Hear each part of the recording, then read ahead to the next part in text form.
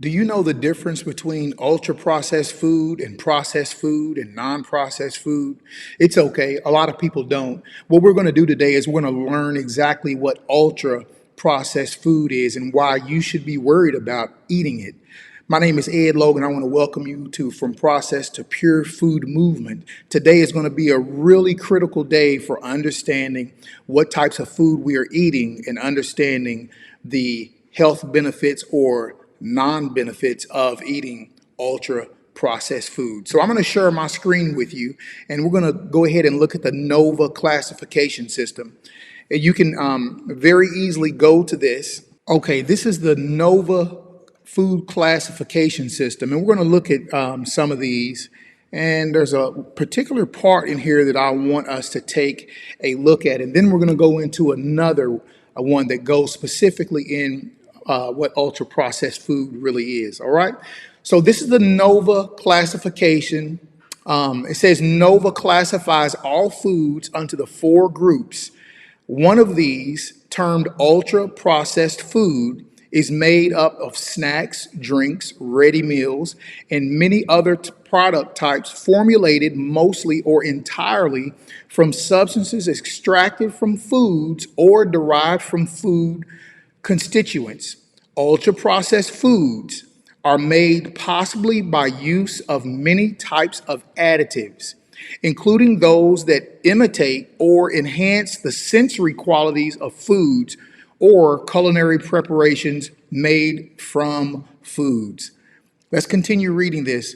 The processes and the ingredients used in the manufacturing of ultra-processed foods make them highly convenient, ready to consume, almost imperishable, and highly attractive, hyper palatable for consumers, and highly profitable, low cost ingredients, long shelf life for their manufacturers. But these processes and ingredients also make ultra processed foods typically nutritionally unbalanced and liable to be overconsumed and to displace all three other NOVA food groups, all of which include foods processed in some form. These are unprocessed or minimally processed foods, processed culinary ingredients, and processed foods. These other food groups are the basis of long established dietary patterns, including these known to promote long and healthy lives.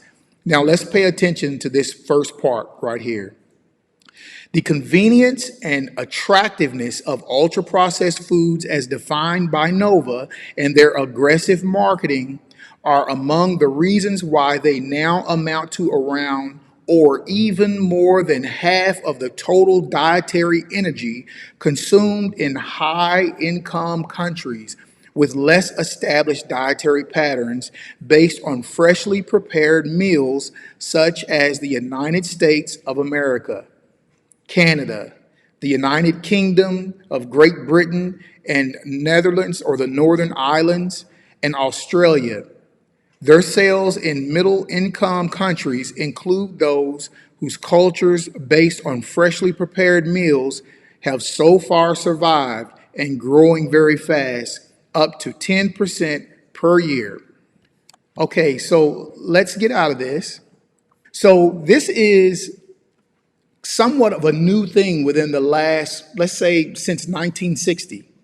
So before 1960 or the late 1950s, people were having to prepare food. So ultra processed food in actuality came around because supposedly there was a concern about being enough food for people. Okay, so what the governments began to do is to produce food and allow the food to be stored. So think about how they're going to have to make this food. They're going to have to make this food where it doesn't go bad. Okay, so this is the beginnings of ultra processed food. This is the beginnings of, going to the grocery store and seeing commodities up on the shelves, or going to a freezer section and, you're starting to see TV dinners and things like that. This is when all of this came about. It was because of food insecurity that they came up with this. Well, during this time of food insecurity, when they began producing these products, they found that it was easy to produce and that people were really buying it. So then it became a food industry. It became for profit, basically. Okay, so they found cheap ingredients to begin to make these foods. And of course, people were buying them. I remember growing up, my parents would go to the grocery store and they would buy the chicken pot pies or, the TV dinners that you could just put in the oven. And then within about 20 minutes, 30 minutes, the food was ready. Nobody had to prepare it. You could just pull it right out of the box. Okay, so back then, we all thought that it was cool, that was great, it was something new. But now there's health effects that has been coming from these types of things. So since we're eating this way, now we're finding that there's not a lot of nutrition in this food that we are buying from the stores that has been pre-prepared for us. Okay, so the food industry, they are now making food for us, but it's majority for profit is the reason why they're making it. It's not for our health because it's missing a lot of the nutrients that is actually needed in the food for us to be able to survive with a healthy lifestyle. So anyway, let's go into some of this information. And I'm not going to try to make this very long, but it's very important that you understand the food classifications. Okay, so you can look any of this up. The form that I just had, you can look this up online. It's called the NOVA Food Classification System, and it actually comes in a PDF. And so this is what we're actually looking at is a PDF. And what I read from you previously was from a PDF as well. Okay, so it says the NOVA Food Classification System.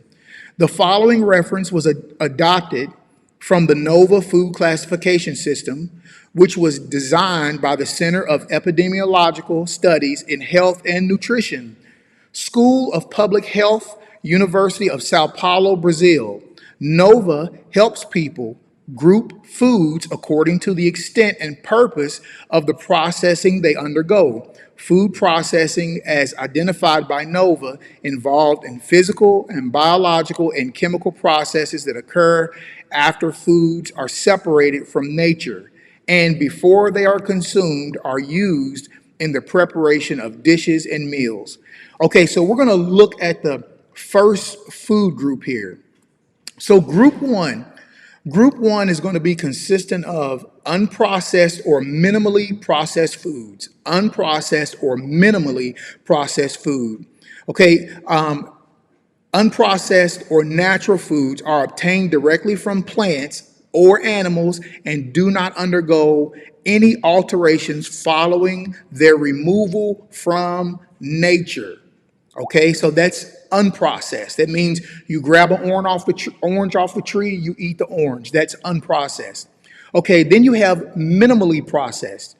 Okay, minimally processed foods are natural foods that have been submitted to cleaning, removal of inedible or unwanted parts, fractioning, grinding, drying, fermenting or fermentation, pasteurization, cooling, freezing, or other processes that may subtract part of the food, but which do not add oils, fats, sugars, or salts, or substances that of the original food. Okay, so we see here that these are minimally processed, like we may take the peel off the food, or we may cut it up or something like that, but it's whole food in and of itself. That's called minimally processed food. And I'm going to give you some examples here. I'm going to give you a couple. So some of the examples are natural, packaged, cut, chilled, or frozen vegetables, fruits, potatoes, and other roots and tubers. All right, so you have also nuts, peanuts, and other seeds without salt or sugar. You also have bulk or packaged grains such as brown, white, or part-boiled and whole grain rice, corn kernel, or wheat. Okay, so these are the minimally processed or unprocessed food. Okay, so now we're going to go to the group two. Okay, group two is oils, fats, salts, and sugar. Group two is also called processed culinary ingredients. These are products extracted from natural foods or from nature by processes such as pressing, grinding, crushing, pulverizing, and refining. They are used in homes and restaurants to season and cook foods and thus create varied and delicious dishes and meals of all types, including broths and soups, salads, pies, breads, cakes, sweets, and preserves. Okay, so you're going to take these things and you're going to use these actually to cook your foods. All right, so some examples of these are going to be oils made from seeds, nuts, and fruits, to include soybean, corn, oil palm, sunflower, or olives. It can be butter. I don't necessarily agree with all this, but they came up with this. But butter is processed. Oils are processed. So, but this is what they call group two: oil, fats, salts, and sugar. These are culinary ingredients, is what they call them. Honey extracted from honeycomb. You see, to me, that's still whole. That's still a whole ingredient right there. Coconut fat, syrups extracted from maple syrup. So you get the gist of it. That's what group two is what you're going to use to fix your food. Okay, let's look at group three.